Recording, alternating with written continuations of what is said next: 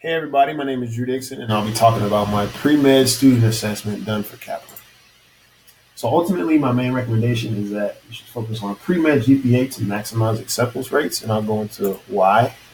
So one key factor is that pre-med GPA had the cheapest failure rate, costing $250 per event. And here's a chart depicting that in relation to the other scores, MCAT and all of the GPA. And then pre-med also had the highest information gain and mutual information in regards to the other scores. And this is a chart depicting that.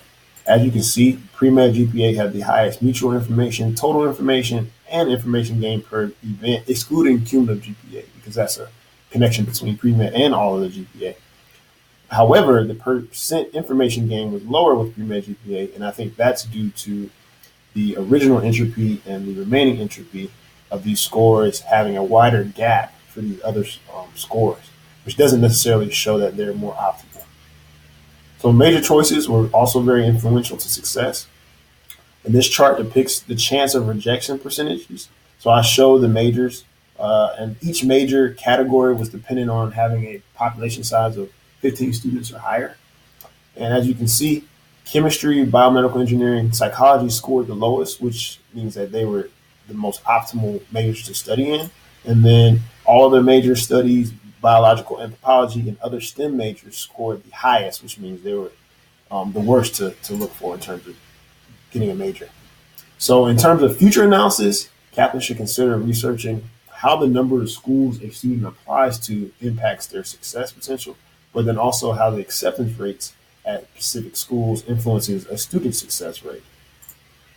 So just to give some highlight into my model development process, so the first thing I did was create binary classifications with bins. So I created two models, one with a threshold of 50% and then one with a threshold of 10%, where the highest was 10% and then the lowest part of the model was 90%.